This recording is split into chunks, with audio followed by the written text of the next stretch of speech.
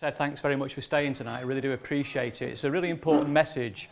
I think it's a reasonably interesting story, but with a really vitally important message. And the message is actually relevant to anybody who is or knows a man aged 45 or over. So I always enjoy having an audience of women, because an audience of women is always actually very influential, because they go home and kick backsides and make the men do what they're supposed to do.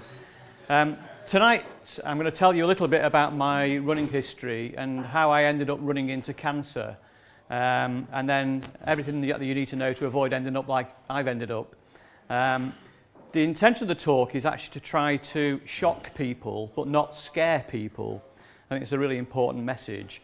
And as it says on the screen, I'm a Prostate Cancer UK awareness volunteer speaker, so I go around workplaces, running clubs, sports clubs, you name it.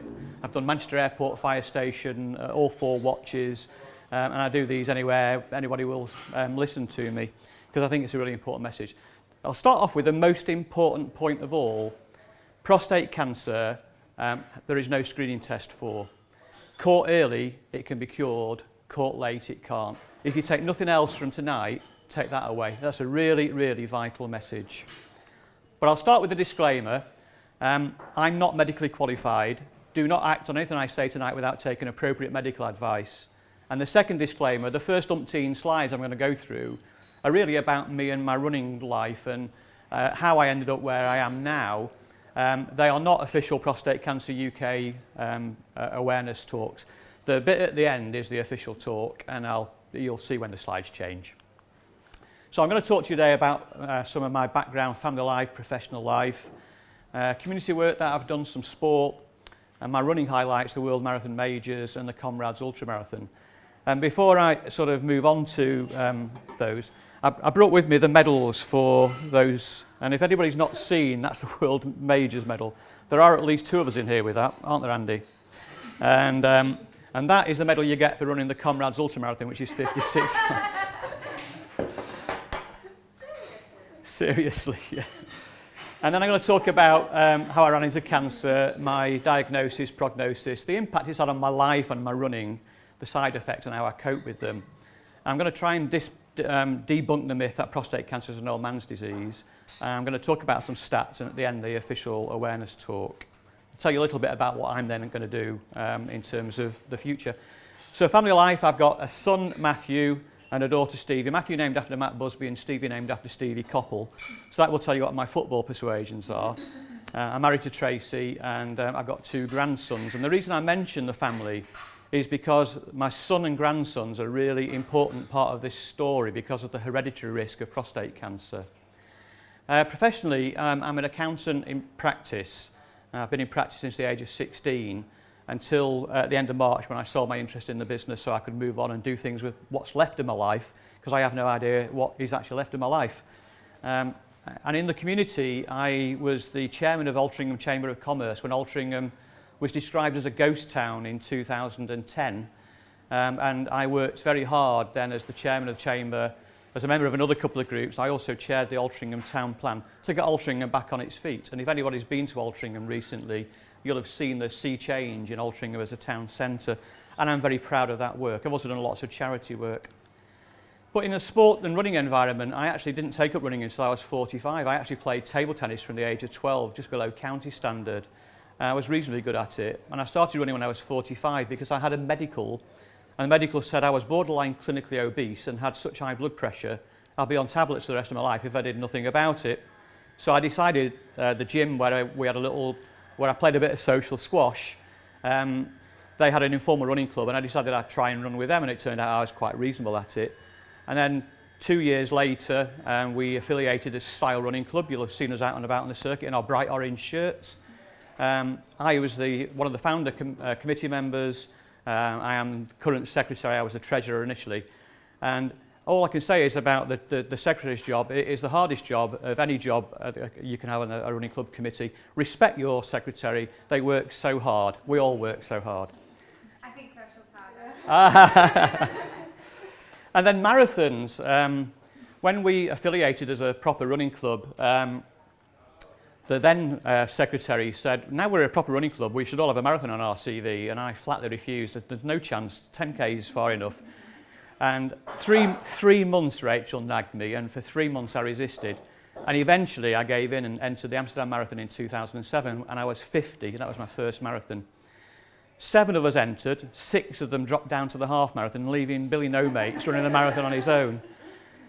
They thought it was really funny the following day to go to the Anne Frank's house, and I'm sure you've all done marathons and endurance runs, and you can imagine those marathon legs going down the Anne Frank's house stairs, which were nearly vertical. They thought it was hilarious watching me slide down on my backside. So I ran that, say I was 50 at the time. I ran it very conservative because I was really terrified of the distance. It was my first marathon. I was terrified of the 26.2, and I ran it reasonably conservatively and managed a 3:37. So I was quite happy with a conservative marathon. I then went on to do the World Marathon Majors and the COMRADES Ultra Marathon, and they are the highlights of my running life. And I'm going to tell you a little bit about both of those. And to start off with, it's all his fault. I can't point with this. Andy, my running buddy, we've run all over the world together. This is the only picture, incidentally, you'll see of either of us drinking water. We are renowned for our rehydration, but it was never water. I ran the Chicago Marathon with Andy, and that was Andy, I think, completing the World Majors at that time when it was only 5 races. And I didn't really know much about the Marathon Majors, but when I got back from doing that, Andy got that, all his medals framed with his 5-star certificate. That's the 6-star certificate. And out of that was born total, utter envy and jealousy. I had to have what he had. So I then set about doing the World Majors, and we both got there. So what are the World Majors? I'm sure most of you know, but Berlin, Boston, Chicago, London, New York, and then in 2013 Tokyo was added, and that made it £10,000 more expensive to get the World Majors. It also meant Andy had to do another one because he'd got the 5-star certificate, and he couldn't see me have the 6-star without him having it as well. And the World Majors are basically, they're all about money. For the elite athletes, the Africans, the Ethiopians, the Kenyans, $100,000 over a 2-year period for the top runner with the most points. That's what it's about. For the mere mortals like me and Andy and the other people who've run the World Majors, it's about glory. It's about completing them and being one of a very small group of runners who have done. So how many people have completed all 6? Up to mid-2018, there were only 3,838 people who completed all 6. And more people had actually climbed Mount Everest.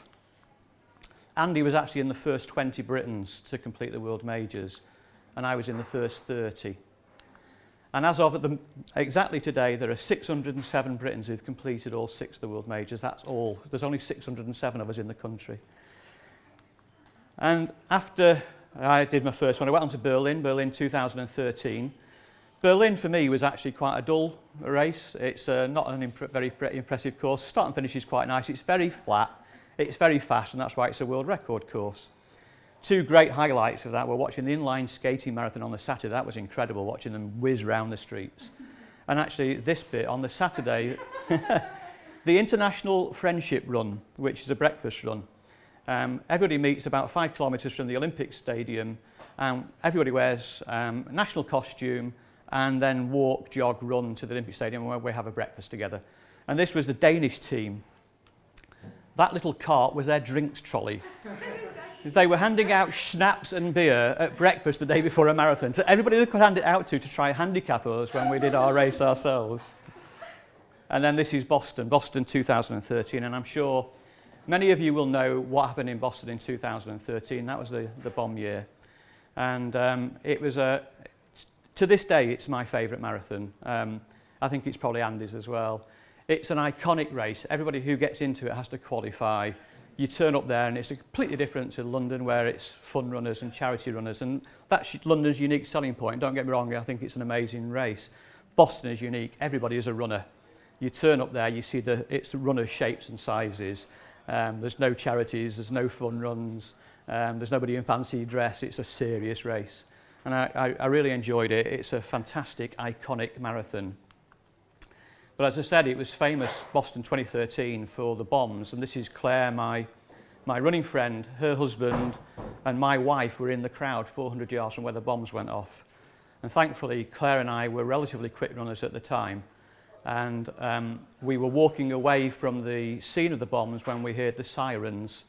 And it was a really spooky, eerie place. We were told to stay in our hotel bedrooms because they couldn't guarantee our safety. It's the only time I've ever finished a marathon and not wanted to celebrate. Really, really strange place. And this is New York, the Verrazano Straits Bridge. And if anyone who's done New York, this you can see in the middle there over the bridge is a helicopter, and down in the water there are gunboats. This was just after 9/11, so you can imagine security was pretty tight. There's 2 tiers of the Verrazano Straits Bridge, and if you haven't done it and you ever do it, don't start on the bottom tier. There is a good reason for that. The men on the top tier decided it's a great time to go and pee off the edge. And if you're on the bottom, sorry guys, but you're going to get a lovely shower and it isn't water. And when we finished New York, they gave us these horrendous orange ponchos to keep us warm, and there was this sea of 1,000 zombies walking down First Avenue wearing these orange ponchos. And then on to Tokyo, and Tokyo was exactly what you'd expect. These are my running club mates. There's 5 of us at Style who've now run the World Majors, so we think we've got the most club members who've actually got all 6 and got the big medal. And the 2 on the left-hand side, Charlie and Paula, we think are the only married couple to actually have got the World Majors. So Tokyo was pretty amazing. It's exactly what you'd expect, all the bowing. You don't drop litter. If you're running along in Tokyo, after the aid stations, there's a line of people with bags, and you're expected to run over and drop your litter into the bags rather than throw it onto the floor. And we had some amazing experiences in Tokyo, not least of which was visiting the sort of iconic sites of Tokyo, such as this. And then it was back to London for my final of the World Majors. London is an amazing race. It's amazing for its crowd support. It's amazing for its charity and its fun runners. The first 10 miles or so I thought was actually pretty dull and boring. And then you hit Tower Bridge, which is great. Obviously, Cutty Sark's pretty impressive. And then you go out all the way down the highway to Canary Wharf, which is pretty dull as well. And then all the way back down the highway. And then the final 4 miles are great, and running down the mile is amazing. And so that's me running down the mile. Typical photo for the cameras, because you know you're on the telly. And I completed London. That was my slowest time of the World Majors. I did a 3:32. My average time for the 6 World Majors was 3:27, and the best was 3:24 in Boston. I actually qualified for Boston whilst running Boston.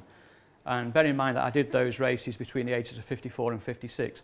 So I was never going to be an elite runner, but I wasn't a bad runner. And back to where it all started. Me and Andy, this time not with water, where there was a bottle of champagne, there was a lot of other drinks as well. We got very merry and we rehydrated properly, as all runners should do. And then on to COMRADES. Strangely, COMRADES was again somebody else's fault. So why COMRADES? I met a little old lady on a walking holiday, and turned out that she was a runner. And I got to talk to her about her running career. She said she started running when she was 59. By the time she was 61, she was British national champion at all distances. Incredible, latecomer to it. And so I said to her, and what's your favourite race? And she said, COMRADES. I said, well, I've never heard of it. Tell me what it's all about. And she did. So COMRADES is a 56-mile ultra in South Africa, all on roads. It's run from Durban to Pietermaritzburg 1 year, that's the up year, 6,500 feet of climbing, 4,500 feet of descending, and then the alternate year it runs from Pietermaritzburg down to Durban with 4,500 feet of climbing and 6,500 feet of descending. And generally it can range between 28 and 31 degrees, so similar to what we've had tonight. When I ran it, it was actually quite a cool 28 degrees.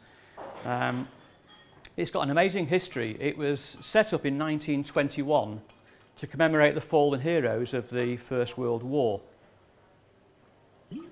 And a group of ex-forces members decided they'd go and run from the coast to the mountains, and that's where it started. About 50 of them did it the first time, all on dirt tracks. It's an absolutely iconic race. In the same way that Boston is, it's a totally, utterly iconic race. It's got amazing tradition and history. Before the start of the race, they play all the anthems, the South African national anthem, the Zulu national anthem, Shozolozo. They play Chariots of Fire.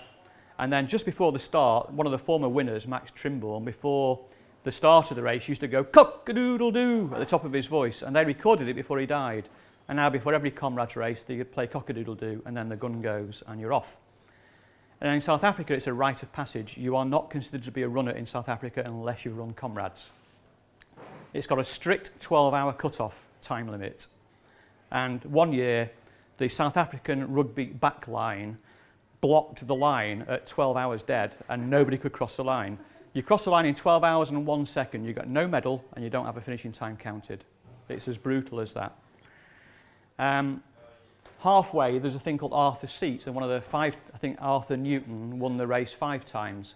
And Arthur's Seat is at the halfway mark, and it was hotly rumoured that Arthur used to stop there for a fag before then going on to win the race. And now it's rumoured that if you stop at Arthur's Seat and put a flower on his seat, you'll have a great second half. And when I completed the race in 2016, that's exactly what I did. I had a great second half. At one point, you run past the Ethembini School for Handicapped Children, which is really heart-wrenching. You'd like to stop and chat to the children, but obviously you're running a race and it's a long one, so you just sort of run along giving them the high five. But we did actually go to the school the day before and dropped off a load of kit and gifts for the children, which was really, really impressive. And wall-to-wall TV, literally South African TV covers this from 5 o'clock in the morning before the race starts right through till sort of 6 o'clock in the evening when the race is finished at the end of the 12 hours. That's the... over on the right-hand side is Durban, and over the left-hand side is Pietermaritzburg, 56 miles away, 89 kilometres. Did you do an upper or down? I'll tell you, because I'm going to come on to that in a sec. It's got 5 hills that are so big, they've got their own names, and those are the 5 named hills. But it runs through the Valley of 1,000 Hills. And so it's a very apt description, because basically you are either going up or you are going down throughout the entire run. And those unnamed hills are brutal. This is at 50 miles on the up year. Imagine having run 50 miles and hitting that hill. That is horrendous. And this is another one, very similar. I went in 2015. This had been a bucket list item for me for about 10 years since I met the little old lady on the walking holiday, and I was desperate to complete it. I picked up an IT band injury about 6 weeks beforehand, and I knew I wasn't going to finish, but I went anyway because we'd booked a holiday, and I ran the first 17 miles in total agony and then had to pull out. And in 2016, I went back for more. 2016 was a down year, so starting in Pietermaritzburg. And this was the start in Pietermaritzburg at 5:30 in the morning. Now, bear in mind the logistics of that. You're staying in Durban, 56 miles away. You've got to get up at 1 o'clock in the morning to have your breakfast. At 2 o'clock, you're on a bus to go 56 miles. And all the time you're on that bus, you're thinking, shit, this is a long way. And then this is a photograph that my wife took. It's a typical South African sunrise. And as we're running along, obviously it's pitch black at 5:30 in the morning, watching the sunrise over to our left-hand side. But absolutely awesome, incredible scenery, stunning through the Valley of 1,000 Hills. And this is me at the 17-mile mark, where my wife was enjoying a luxury breakfast. She had a luxury concierge service all day with a free bar. She had a great time. She's teetotal, so it was a complete waste of time for her, but she had a great day. And then the other thing that COMRADES is really famous for is its international friendship. This is Rebecca. I have got friends all over the world because I ran COMRADES, made friends with people all over the world. Rebecca's done it about 9, something like that, I think. She might be doing 10th next year. If you do 10, you get a green number that you can keep permanently. So you've got to go back and do 11 because you've got to do 1 in the green number. And I ran for about 10 miles with Rebecca. And I know people all over the world. This is, again, typical South African scene. It's part of South African life. South African band playing at the side of the road. Zulu dancers at the side of the road. Hardest thing about this race is actually at breakfast time in South Africa, the barbecues are going, they're cooking the bacon, and you can smell the bacon wafting across. And then at lunchtime, the barbecues are going, you can smell the burgers and the steaks, and all the guys are out on the side of the road eating the burgers and drinking the cold tinnies, and you're going, oh, it's so hot, and I could really do with a cold beer, but you can't just yet. And this is my wife having a luxury lunch. This is 22 miles from the finish. She got really well looked after. She had a great time. And I met her here before I went on to complete the rest of the race. And then this is me down the finish straight in the Kingsmead Cricket Stadium in Durban. It's been moved now to the football stadium that they had the 2012 World Cup in. It's about 3 kilometres further, just making it even harder, but they've not changed the cut-off limit. And I ran into the cricket stadium thinking, It's a cricket stadium, it's straight down the middle, finish, no, all the way around the outside of the cricket stadium. I didn't realise how big a cricket pitch was until I had to run around it and then round the finish. So I finished, picked up the medal, and then we went to the international finishers tent where they gave you a nice cold beer. It was the sweetest lager and lime you have ever had in your life. I'd lived for the previous 9 hours 46 it took me to do Comrades. I'd lived for 9 hours 46 on energy gels. I was absolutely sick of anything sweet, and ice cold lager and lime was just not what I wanted. So at 9 hours 46 I ran a 4.5 hour marathon followed by a 4.5 hour marathon followed by the slowest 5k I've ever run in my life. That last 5k was horrendous. There is a wall of honour partway along the course, and you can have your name plaque put on that wall of honour if you have completed Comrades. And this is a great sign of international friendship, friends I've made from all over the world. A guy that was an airline pilot for Emirates was running around near where our club's based, around Manchester Airport. Bumped into him, and I was wearing a Comrades cap or a Comrades shirt. I ran past him. He actually ran back and said, "Have you run Comrades? Or are you doing Comrades?" or something like that. And we got talking, we got to know each other, we met up in Durban. We became, not friends, but acquaintances. The year I couldn't go back to do it, in 2017, he knew why I couldn't go back to do it. He actually went out on the course and took that photograph for me, found me on social media and sent me that photograph. It meant so much to me because my wife had done that for my 60th birthday. So, leads me on to diagnosis. I was going back in 2017 to run Comrades to get that. Being a medal whore, as you can tell, I wanted the back-to-back medal, which you get for doing an up year and a down year, or a down year and an up year, and I was desperate to go and get that. I ran the Manchester and Paris Marathon in April 2017, a week apart, as training runs for Comrades, taking it nice and easy. Both of them just under 3 hours 50. Training had gone reasonably well, but I'd been carrying this niggling groin strain since about the February. And so I decided that I wasn't going to be able to run Comrades, because after I'd done the 2 marathons, I could barely walk. So I arranged to go and see a sports injuries doctor at the Manchester Institute of Health and Performance, and they'd pre-arranged an MRI scan on Monday the 8th of May. Comrades was on the 4th of June. I had the MRI scan, and I could tell by the look on the doctor's face and the radiologist's face that they were seeing something they didn't really expect. And the doctor called me into his office. He said, "We're not seeing what we expected. We want to do some more tests just to rule out anything untoward." And he sent me there and then for an X-ray on my chest, blood tests, and then the following day a CT scan. So you can imagine that night it was rather nerve-wracking, to say the least. And Mr. Google didn't come up with prostate cancer. I got a telephone call after the CT scan on the 9th of May, 8 o'clock in the evening, as I was leaving running club, to say, 90% certain you've got prostate cancer. I then went on to have further tests over the following 10 days, and it was then confirmed that I did in fact have prostate cancer. And not only did I have it, but there was no cure for it because it was so advanced. And right at the start I said, caught early it's curable, caught late it's not. Once prostate cancer is extended outside the prostate, there is no cure for it. And that's a really important message to get out to everybody. They gave me a prognosis. This was 27 months ago. Worst case scenario, 2 years. So I'm now 3 months past the worst case. Still don't think I look too bad, put a bit of weight on, but I'm still going reasonably well. Treatment's working at the moment. It's keeping everything at bay, which is good. Best case prognosis maybe as much as 10 years, and I was 60 when I was diagnosed. A little warning about the next slide. I thought long and hard about including this slide, and I included it because I said right at the start I wanted to shock people. This is a quite shocking image.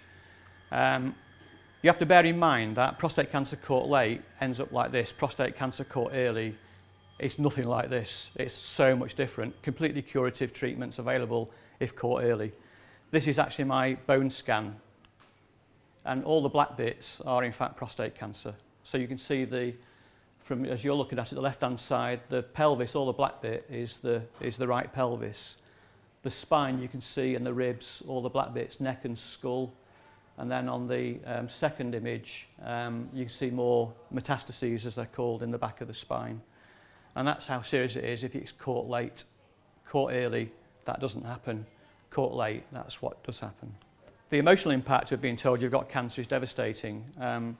Being told that there's no cure for it is utterly, utterly indescribable. some of the hardest things I've ever had to do was to get my children around and tell them about this. And obviously, my immediate thought was, I've got 2 grandchildren. I had 1 grandchild then, but I've got 2 now. Will I get to see Ethan, who was 5 at the time, become a teenager? Will I get to walk my daughter down the aisle? And all these things go through your mind. You go to some very, very deep, dark places. Side effects are not a lot of fun.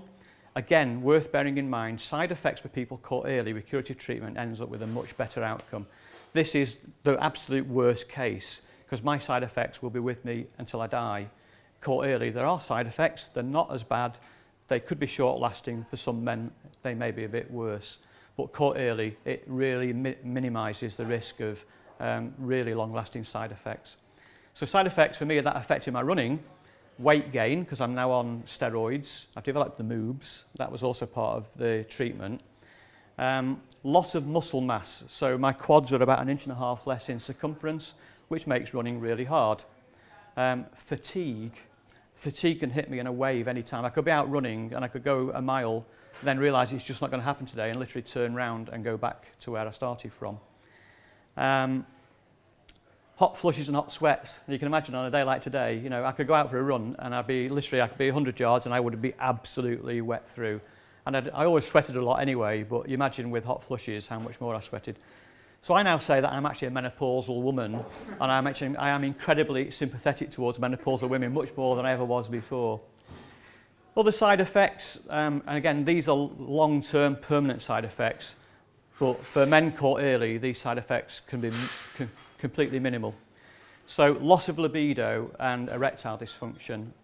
And loss of libido is basically described by somebody in one of our support groups. Said, I used to look at my wife's backside and think, that's really nice, I quite fancy that. He said, now I look at a rock and I look at the wife's backside and there's no difference between the rock and the wife's backside. It has the same impact. And then erectile dysfunction, the only way you can actually deal with erectile dysfunction is by joking about it. And so my wife the other week asked me if I'd put some music on. So I asked her what she'd like. She said, I'd like a bit of sax. Well, I nearly wet myself.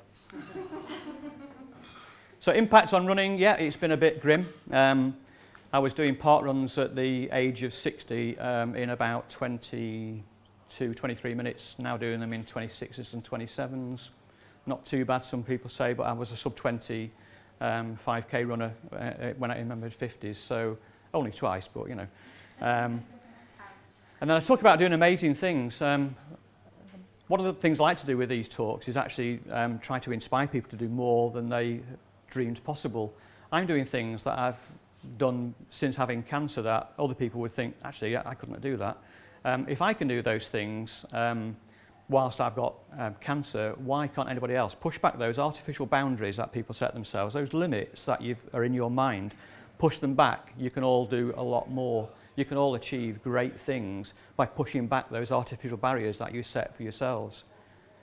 So in London, 2018, I went back again. I'd got a good for age time before I had my diagnosis. I knew I was going to do a rubbish time. My average time for the competitive marathons I'd run was 3:29. I went back in 2018 and I ran in 5 hours and 7. It was the hottest London marathon on record with hot flushes and hot sweats. That was great. But I raised £13,000 for Prostate Cancer UK, which I'm incredibly proud of. I do these awareness talks, workplaces, running clubs, sports clubs, wherever I can get people to listen to me. I've been a model in a fashion show, so far outside my comfort zone, unbelievable. It was for the Maggie's Support Centre at the Christie, and it raised £250,000 by being involved. During 2018, I spoke to over 2,600 people doing major speeches at events and doing these talks. And my talks have contributed to saving 3 people's lives. Final point, I won't go through this, but the final point, I'm an ambassador for 5K Your Way, which is a cancer support group linked to Park Run. It's at Stretford Park Run and at Wilmslow Park Run, where I'm the ambassador. It's this Saturday. Final Saturday of every month, supporting people living with and beyond cancer. The idea being to get them to come along, walk, park run together, and then go for a coffee and become a support group. And I was the first ambassador in the Northwest. So I'm on to the sort of more serious stuff now. I want to debunk the myth that it's an old man's disease. It is typically. Men under 50 don't normally get prostate cancer. But somebody in our support group was diagnosed last year at the age of 45. He's just been told at the age of 46 he's got months to live. We lost 2 men 2 weeks ago who are aged only 56. So it's not just an old man's disease. It is true that men get it in later in life, they usually die with it rather than of it. It's overtaken breast cancer as the third biggest cancer killer. And one man dies every 45 minutes in the UK of prostate cancer. 129 men are diagnosed every day. It's one every 15 minutes, 47,000 a year. That's enough to fill a good-sized football stadium. 9,000 of the 47,000 are like me, incurable at diagnosis. And that's why men have got to do something proactive about their prostate health, because there's no screening test, no one's going to do it for you. You end up with 9,000 men every year diagnosed incurable like me, going to die early because of this, because there's no screening test, which is why you've all got to do something proactive. You've all got to persuade everybody you know who is a man 45 or over to go and do something about it, and I'm going to tell you what to do. 80% of men diagnosed early had no symptoms. That's really, really important. And it's estimated that by 2030 it'll be the most commonly diagnosed cancer in the UK. These are the official slides, and there's not that many of them. I'm going to tell you what the prostate is, what to look out for, what the risks are, what rights men have, and what action you need to take. So at the moment in the UK, over 400,000 men are living with and after prostate cancer. Operative words there, living with and after. That means basically men are diagnosed early, they have good outcomes, and they live a good life despite having had prostate cancer. They've had curative treatment, live a long and happy life if it's caught early. So what does anybody know about the prostate? I knew nothing about the prostate before I was diagnosed. Absolutely nothing. Didn't know where it was, what it did or anything. But basically it's underneath the bladder. It's that sort of walnut-shaped gland underneath the bladder. The urethra runs through it and takes the urine to the penis. And if you can imagine that walnut, if you think about where a tumour might form, if it formed on the outside of the gland, that's likely to be not put any pressure on the urethra. But if it forms near the urethra, it's likely to put pressure on the urethra and then cause all the typical symptoms of prostate cancer. But inevitably, it tends to form on the outside, which is why when doctors do the digital rectal examination, they're feeling around the outside of the gland for hard, lumpy bits, because that's where the tumours are forming. So typically, that's why men don't have symptoms, because there's no tumour near the urethra, so it doesn't cause P-flow problems. Its purpose is actually to make semen. That's its sole job in life. And only men have a prostate. Things that can go wrong with the prostate, that's not prostate cancer. There are loads of things that can go wrong with it. Typically, an enlarged prostate, it's common in men above 50. It doesn't mean that they've got cancer, and it doesn't increase the risk of cancer. Prostatitis, which is an infection, again, typical between men aged 30 and 50.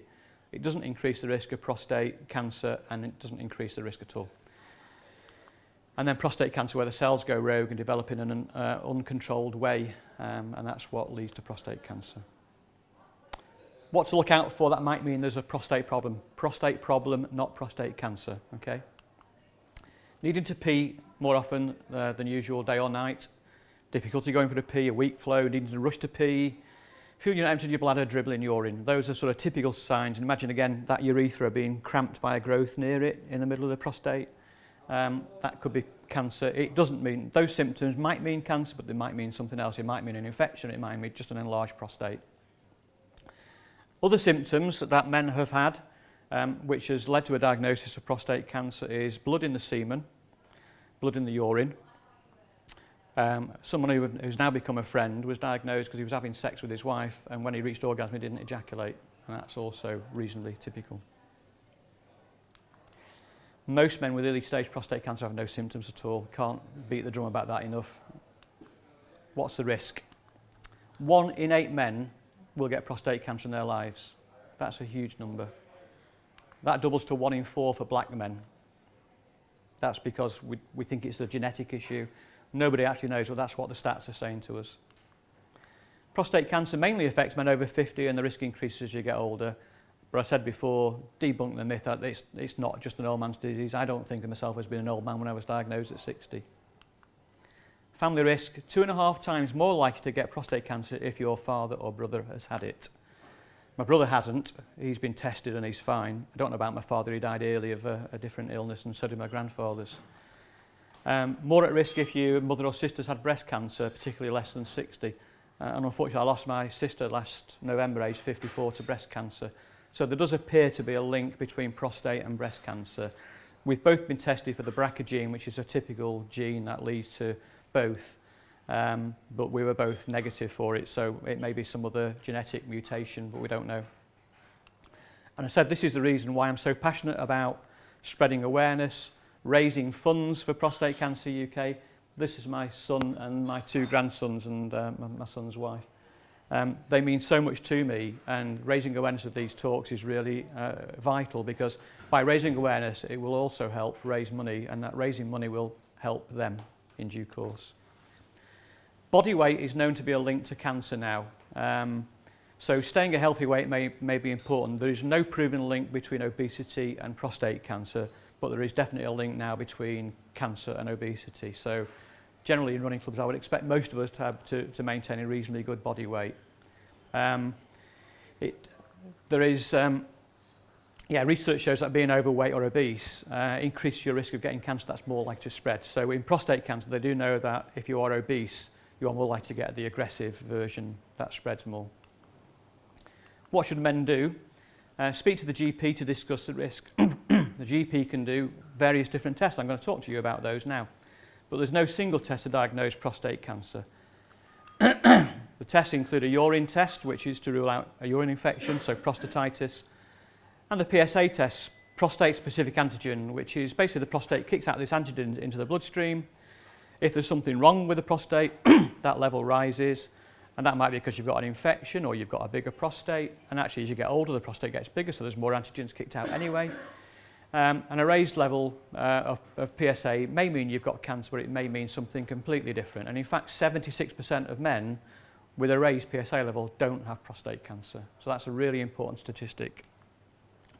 Digital rectal examination, basically, as I said before, doctor inserts a finger through the anus and feels around the prostate, feeling for lumpy areas around the outside of the prostate. This is a test where you want a doctor with small fingers. Men have a right to a PSA test if they're over 50 and they've talked about the pros and cons with the doctor. Men shouldn't be refused a PSA test. The reason men may be refused a PSA test is because it's known to give false positives and false negatives. A false negative will say that the PSA is low, but actually 15% of men with a low PSA actually have prostate cancer. 2% of men with a low PSA have aggressive prostate cancer, and there's nothing we can do about that apart from raise money to develop a proper screening test. A false positive leads to, obviously, some mental anguish because it might mean there's a prostate cancer. But obviously 76% of men, as I said before, don't have prostate cancer. Risk groups: men over 45 with a family history and black men, because of that 1 in 4 versus 1 in 8. All men over 50 are in the high risk groups. And men over 40 should be tested to predict their future risk. I want my son tested from the age of 40 because of his 2.5 times greater risk because of my diagnosis. But I do hope that by then we will have a more robust screening test, which is really important. Things you could do: Prostate Cancer UK have a team of specialist nurses on a free phone number down in London. All this information I've brought with me today, and they produce all these leaflets. That obviously costs money to produce, which is why fundraising is really important. Speak to GPs about risk. Urge anybody you know who is a man aged 45 or over to go and talk to the GP about having a PSA test, digital rectal examination, having that conversation and making sure they know that the doctors may try to put them off having the test. If I'd had the test age 50 and every year from age 50, my prostate cancer would have been caught early and I could have been cured. I didn't, and I ended up being diagnosed incurable. So do you want to get involved? What can you do to help? You could volunteer your time at an event. You could take part in a sporting event. Now, next time you're running a marathon or a half marathon, how about raising some money for Prostate Cancer UK? That screening test is going to save those 9,000 men who are diagnosed with the incurable version. It's going to save their lives because they're going to get diagnosed early and get curative treatment. More importantly, it's going to save my son's lives and my grandson's lives, and that's what I'm very passionate about. Every June, there are marches for men, 10k walk in 10 cities across the UK, including Manchester, this year at Heaton Park. And in September, Jeff Stelling, the guy from Sky TV, is doing a marathon march in each of the football home nations, England, Ireland, Scotland and Wales, 26.2 miles marathon walk, going from football ground to football ground to football ground, and I'm doing the one in Glasgow. Why not come along and do one of those? Or better still, you're a big club, organise your own event and raise some money for prostate cancer. This is vital, it's vitally important. My future challenges, I am still running. I try to run 3 or 4 times a week. It's not always easy because there are days I set off and literally there's nothing in the tank because of the fatigue and the hot flushes and the hot sweats, but I'm still trying hard. I'm trying to run 970 miles in 2019. That includes all race distances up to and including half marathon. Why 970, I hear you say? That's how many men die every month of prostate cancer in the UK. So I'm trying to run 1 mile this year for every man who dies in a month. I carry on raising awareness because that saves lives. I'm going to tell you Mike and Kate's story before I finish. I carry on fundraising for Prostate Cancer UK. Today's event's brought free of charge. Prostate Cancer UK cover my expenses wherever I go in the country. I would welcome donations. We've got a bucket. But actually, before you go, please take one of these. There's a bag full of here. Inside is my Prostate Cancer UK business card, and on there is my Just Giving link, which you can see on the screen. Obviously, giving via Just Giving means it's augmented by gift aid. Also in there is the Prostate Cancer Man of Men badge that you see the football managers wearing on the telly. Please take that with you and wear it, and someone says, what's that all about? It's about prostate cancer, and tell them my story. And then also in there is a little booklet called a Z card, which is called Know Your Prostate, with all the information you'll ever like to need. So please take one of those and wear that pin badge and become an ambassador for Prostate Cancer UK. It's really important. And that's my gift to you for staying and listening to me prattle on. But before I finish, let me tell you Mike and Kate's story. This is a really important story. Mike, I've been trying to get him as a client in my accounting practice for 12 years, and he would never ever sign on the dotted line. And 6 years ago, he sent his partner, Kate, to become a client, and Kate and I become friends. Mike and I were already friends, and we built a very nice relationship, and they knew about my illness. And Kate said to Mike, Mike, you've heard about Tony, you know, go to the doctors and ask for a PSA test. Well, Mike was 46. He was your archetypal alpha male. Big, tall, good-looking lad, great sportsman, very handsome. Anyway, he went to the doctors and he said, look, I want this PSA test. And the doctor said, Mike, you're 46, you've got no symptom, don't want to do it. False positives, false negatives, didn't really explain why, but he said, you've got no symptoms, just go away. So Kate said to him, but you've heard what Tony said about having a right to a PSA test, and of course he doesn't have a right until he's 50. So he went back to the doctor and said, look, doc, you know, I'm getting so much aggravation about this at home, will you please do this PSA test? Did the PSA test, and someone of his age, his PSA level should have been no more than 2 maximum, and it was 4.7. They went back 6 weeks later, absolutely played it by the book, and 6 weeks later he went back and had another PSA test, 5.2. It had increased by 10% in 6 weeks. He then had biopsies. He had 29 biopsies taken, of which 17 were cancerous. He then had a treatment called brachytherapy, which is a curative treatment. He's now been cured. He's back doing all the sport he ever did, fit, fighting well, no side effects virtually at all, because he had curative treatment because it was caught before it spread outside the prostate. While it's contained inside the prostate, it's curable. Outside the prostate, it's not. He was caught early because I talk about it all the time to anybody and everybody wherever I go, and because I do these talks. And that's all I've got to say, apart from asking if there are any questions you would like to ask me. I always get the stunned silence. What's the likelihood of a proper test? Because I know the PSA test is, you might as well toss a coin. Well, the PSA, first of all, the PSA test is not as unreliable as that. It's not a diagnostic tool. It's an indicator tool. It's the best tool we've currently got, and if I'd had it every year from age 50, it would have saved my life. The likelihood of a proper screen test, Prostate Cancer UK are dedicating £5 million over the next 5 years, £1 million a year, to the development of a proper screening test. That's why fundraising is so important. That's why I go out fundraising. That's why I'm doing my 970-mile challenge. Because I want that screening test in place in 5 years' time when Matthew is 40. So in answer to your question, we are very optimistic that with the investment now coming in from government, they announced £75 million of the new funding about 18 months ago for prostate cancer because of all the awareness raising by Bill Turnbull, Stephen Fry, so the Turnbull Fry effect. So we're optimistic now with all that investment coming into it that we are now going to get this proper screening test that's robust. And it might actually be a series of tests. The other thing about the PSA test that's really important is that the PSA test is now being used in the diagnostic process. And the diagnostic process has changed out of all recognition in the last 6 months alone. They're now doing a different range of tests. They might do the PSA test, they might do the digital rectal examination. If you are suggested that you are at risk because you've got a high PSA reading, they now do something called a multi-parametric MRI scan.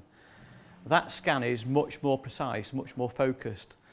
And the reason they don't like doing the PSA test is the outcome of a high PSA reading means biopsies. Biopsies lead to risk of infection because they're transrectal. With the new multi-parametric MRI scans being so much more focused, they can now go in and just take much fewer samples, therefore massively reducing the risk. So Mike, 29 samples, but with MPMRI, they'd probably now go in and do 2 from the tumour on the left side and 2 from the tumour on the right side to get the histology.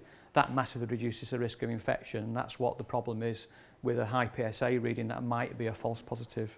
So the PSA test isn't perfect, it's the best we've currently got. It is definitely saving lives because men are being caught early. But yeah, you're right, a more robust test is definitely required, and we do hope in 5 years' time we'll get there. Do you think they're going to lower the age recommendation for the PSA test and things? I don't think... There's things now with other screenings with like smear tests and stuff to like lower it because people are getting... I think it's highly unlikely that they'll reduce the age for it, because typically it really is unusual for, in men below 50. But we are now seeing, because of the raised awareness and certainly with the hereditary issues, you know, if your dad had it, you're more at risk. So we are seeing more and more men diagnosed in the age group 45 to 50. Most men diagnosed are in the age group 55 to 65. And then a lot of men are diagnosed sort of 70 to 80, where, to be honest, they probably won't even treat it because it's not going to kill them. They're going to die of something else first. So I don't think we'll see it reduced. I mean, bowel cancer screening starts at 60 in the UK, but men are dying of it and women are dying of it in the 30s. So we really hope it'll be 50, but who knows with this, with the austerity measures we've put up with for so many years. Difficult to say.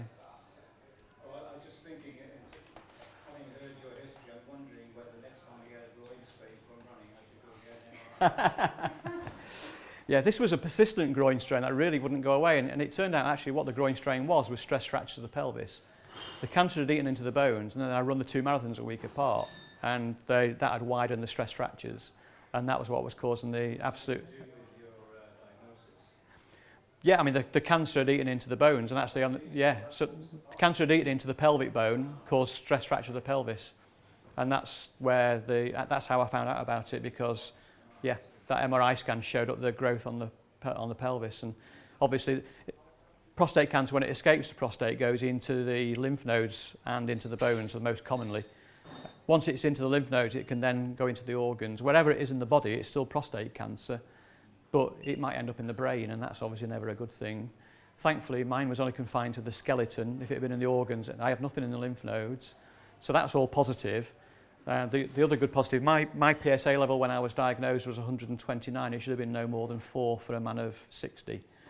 My PSA now hasn't registered for 22 months. It's less than 0.01, which means the treatment's working like a dream, and all I can hope is that it continues. I go back for 3 monthly PSA tests at the Christie, and I know that one day I'll go back and that PSA level will have risen. That will mean that the treatment has stopped working, and then we'll go on to the second tier of treatment. My big hope is that because of the investment that Prostate Cancer UK are making into research into new treatments, that by the time the second treatment has stopped working, there's another treatment come along that's going to keep me going for another couple of years, and that's all you can live with. If you give up hope, you become hopeless. So my big thing is always living in hope. I know at the moment there are probably 3 tiers of treatment. This one I'm hoping is going to last for maybe a year, 2 years from where I am now. That would be good. And then obviously the next tier of treatment, that'll probably last less length of time, and then the next one less. And then hopefully something new will have come along that keeps me going a bit longer.